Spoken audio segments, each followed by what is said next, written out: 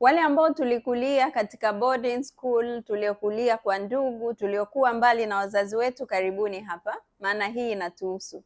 Nilifikiri mimi ni jasiri sana na nina nguvu pale ambapo nilikuwa nashindwa kuelezea shida zangu, pale ninapokuwa kwenye changamoto nashindwa kumwelezea mtu mwingine, au nikiwa nimeumizwa ama nikiwa na mambo ninashindwa kuelezea hisia ninazojisikia.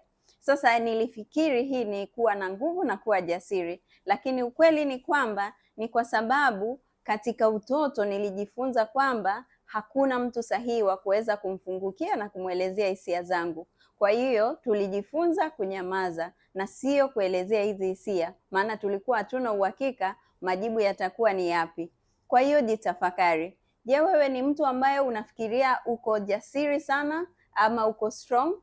Pengine inaweza ikawa inakupa taarifa nyingine. Kama ujasiri wako unakufanya unashindwa kuwa na fursa mbalimbali ama kufunguka hisia zako ama kutafuta suluhu ya matatizo yako kwa kueleza wengine, hiyo sio dalili nzuri sana. Jitafakari. Save hii ikusaidie kwenye tafakari yako baadaye. Je, wewe ni mtu wa namna gani? Asante.